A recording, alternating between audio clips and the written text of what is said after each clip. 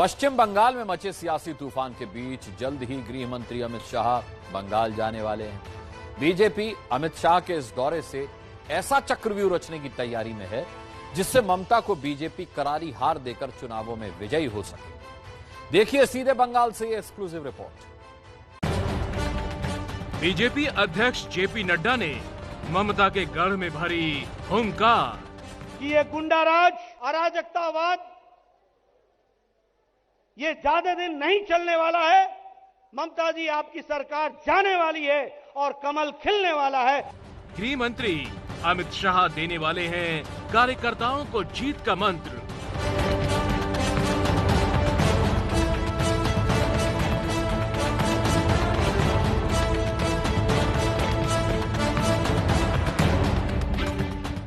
बंगाल चुनाव के लिए बीजेपी की शुरू हो चुकी है बड़ी तैयारी।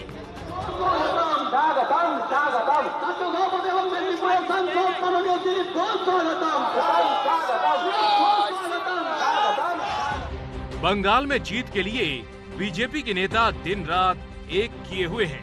बड़े से लेकर छोटे छोटे नेता और कार्यकर्ता कमल खिलाने के लिए मैदान में उतरे हुए हैं। गृह मंत्री अमित शाह अगले हफ्ते बंगाल के दौरे पर जाने वाले हैं।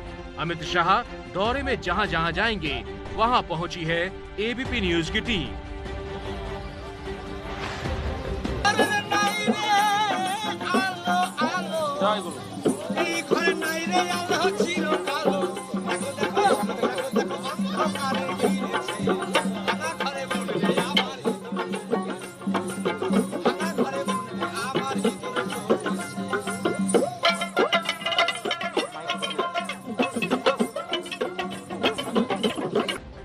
एबीपी न्यूज की रिपोर्टर कुंतल चक्रवर्ती और कैमरामैन आदर्श नायर की नजर से आप जानेंगे कि अमित शाह का मिशन बंगाल क्या होने वाला है।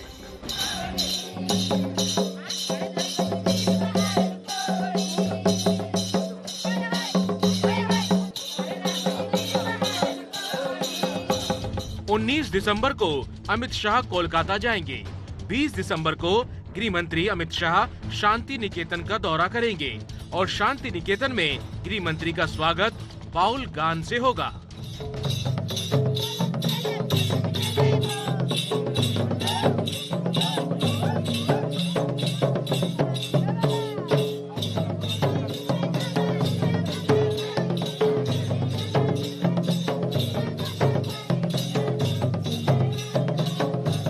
अमित शाह 20 तारीख को शांति निकेतन आ रहे हैं और इस दौरे को सफल बनाने का जिम्मा जिन पर है वो है अनुपम हजरा, जो कि बीजेपी के नेशनल सेक्रेटरी है। अनुपम, ये बताइए कि क्या प्लान है और क्या क्या कर रहे हैं आप यहाँ शांति निकेतन में हैं, आप थोड़ा बहुत अगर बताएं।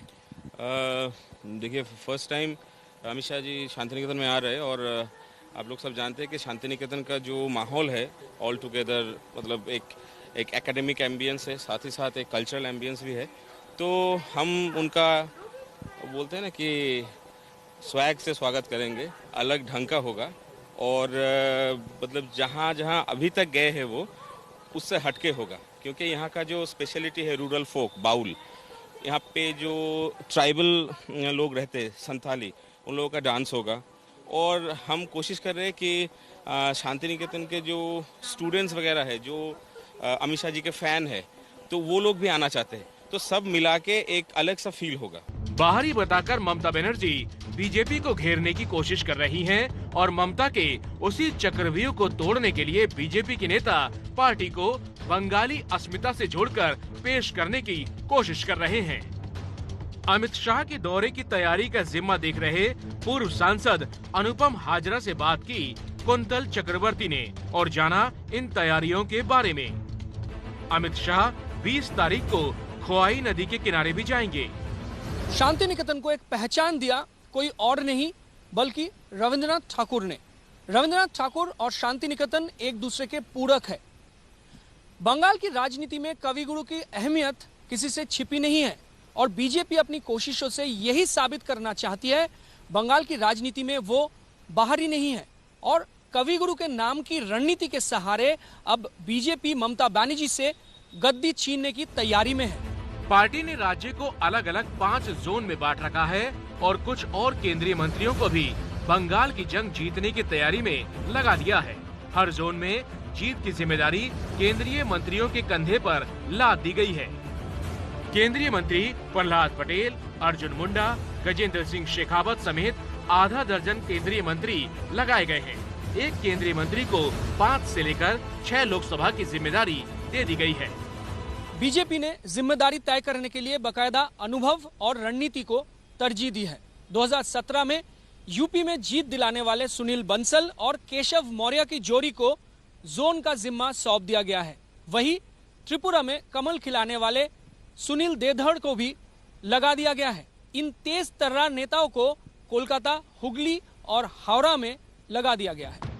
बीजेपी की चुनावी रफ्तार का अंदाजा इस बात से लगाया जा सकता है कि विधानसभा चुनाव के लिए पूरे बंगाल में 74,000 बूथों में से लगभग 65,000 बूथों पर कमेटी गठित कर दी गई है। एक तरफ पार्टी जमीन पर अनुभव के सहारे रणनीति बनाने में जुटी है, तो दूसरी ओर वादों का पिटारा भी खोलने की तैयारी हो चुकी है। ये वो नौकरी का वादा कार्ड है जिसके जरिए बीजेपी वोटरों को ये भरोसा दे रही है कि सत्ता में आएंगे तो नौकरी का जो वादा कर रहे हैं वो पूरा करेंगे। बाकायदा इसे चाकरी प्रतिश्रुति कार्ड, हिंदी में समझें तो नौकरी वादा कार्ड का नाम दिया गया है। चाकरी प्रतिश्रुति कार्ड আমরা পশ্চিম বাংলায় আগামী 5 বছরে 75 লক্ষ যুবকের কাছে চাকরির প্রতিশ্রুতি কার্ড দিয়ে আমরা সংযোগ স্থাপন করব এবং নিশ্চিতভাবে चुनाव में बीजेपी ने 75 लाख नौकरी का वादा किया है। कुल मिलाकर बीजेपी की रणनीति हर मोर्चे पर ममता से आगे निकलकर उन्हें मात देने की है। लेकिन ममता भी बीजेपी को सीधे सीधे चुनौती दे रही हैं। बंगाल में चुनाव अप्रैल-मई महीने में होने हैं। पश्चिम बंगाल में सत्ता की लड़ाई के बीच बाबू यानी अधिकारियों पर भी तनातनी जारी है।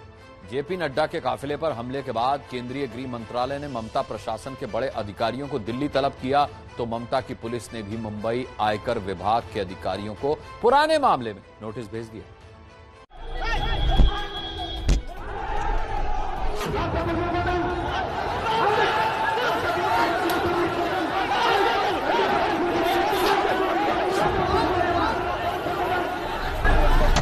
पहले देश की सबसे बड़ी पार्टी के अध्यक्ष जेपी नड्डा के काफिले पर इस तरह हमला हुआ।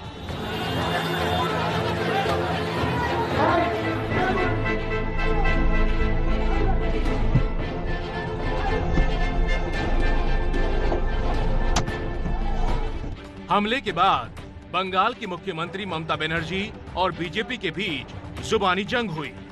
बुलेट प्रूफ व्हीकल पर देख सकते हैं बाहर के विंडस्क्रीन में the impact of the brick, it was because of bullet proof vehicle that I was saved. কোনদিন একটা চিফ মিনিস্টার চলে আসছে, কাজ নেই তো কিছু, লোকের কাজ করে না। কোনদিন হোম মিনিস্টার চলে আসছে, কোনদিন ওই আরেকটা মিনিস্টার চলে আসছে, কোনদিন চাড্ডা নাড্ডা ফাড্ডা ভাড্ডা গड्डा सब चले আসছে একটা করে।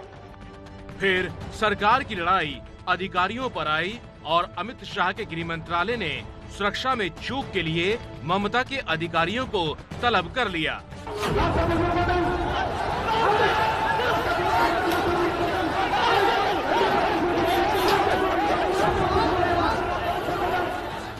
केंद्र ने बंगाल के मुख्य सचिव और डीजीपी को बुलाया तो ममता सरकार को ये पसंद नहीं आया। This is a colorable exercise of power, and behind entire thing there is a malice. There is a malice on the part of the central government, and there is a malafide attitude on the part of the central government officers. और अब बंगाल से ममता सरकार ने केंद्र के अफसरों को तलब कर लिया है, यानी बंगाल की लड़ाई अधिकारी यानी बाबुओं का बदलापुर बन गई है। पश्चिम बंगाल सरकार और केंद्र सरकार की इस तनातनी के बीच पिसना सरकारी बाबुओं को ही पड़ रहा है। जहां एक तरफ ममता सरकार के अधिकारियों पर निलंबन और पदोन्नति ना होने की गाज गिर सकती है, वहीं दूसरी तरफ ममता सरकार ने आयकर विभाग के 3 अधिकारियों पर गिरफ्तारी की तलवार लटका दी है।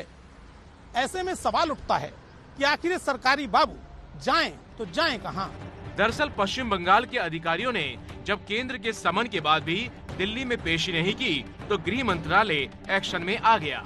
सूत्रों के मुताबिक गृह मंत्रालय बंगाल के 5 बड़े अधिकारियों पर कड़ा एक्शन लेने की तैयारी में है। गृह मंत्रालय बाकायदा इसके लिए कानूनी सलाह ले रहा है। वहीं ममता सरकार भी अपने बाबुओं पर बदले की राजनीति पर उतर आई है। कोलकाता पुलिस ने आयकर विभाग मुंबई के 3 अधिकारियों को पूछताछ के लिए नोटिस भेजकर बुलाया है। ये मामला दिसंबर 2019 के 8,000 करोड़ के घोटाले में देश भर में छापों से जुड़ा है। इन छापेमारी में एक शेयर ब्रोकर ने कोलकाता में आयकर अधिकारियों पर जान से मारने की धमकी देने का केस दर्ज कराया था। लेकिन हैरानी है कि 2019 में ब्रोकर ने केस वापस लेने की भी अर्जी दे दी थी, लेकिन अब ममता इसी केस के आधार पर केंद्र सरकार के अधिकारियों पर निशाना साध रही हैं। पश्चिम बंगाल सरकार और केंद्र के बीच चल रही इस तनातनी में तमाम नियम कानूनों को भी ताक पर रख दिया गया है। 8,000 करोड़ रुपए का घोटाला खोलने वाले आयकर विभाग के अधिकारी अब ममता सरकार की पुलिस के उन सम्मनों का सामना कर रहे हैं जिस मामले में शिकायतकर्ता ने अपनी शिकायत 1 साल पहले ही वापस ले ली थी, लेकिन केंद्र और राज्य के बीच तनातनी होने के बाद ममता सरकार की पुलिस ने उस मामले को फिर से जिंदा कर दिया। बाबुओं पर बदलापुर की इस लड़ाई में सियासी तीर भी खूब छोड़े जा रहे हैं। हम सब जानते हैं IAS IPS department of personal के अंतर्गत आता है, उनको अटैच करने का अधिकार है। फिर भी मैं पार्टी के बिहाफ में मेरा इतना ही कहना है, एक लाइन का जो मैंने पहले कहा, यह पूरा का पूरा मामला प्रशासनिक है और ये प्रशासनिक मामले में राजनीतिक बयानबाजी से बचना चाहिए। इस लड़ाई के बीच आज बीजेपी महासचिव और पश्चिम बंगाल में पार्टी प्रभारी कैलाश विजयवर्गीय की सुरक्षा में इजाफा किया गया। उनके पास पहले से Z श्रेणी की सिक्योरिटी थी, अब उन्हें बुलेट प्रूफ गाड़ी भी मिलेगी। JP नड्डा के काफिले पर हुए हमले में विजयवर्गीय के हाथ में लिगामेंट फ्रैक्चर हुआ था। इसी हमले में बंगाल के अधिकारियों पर सुरक्षा में चूक के गंभीर आरोप लग रहे हैं।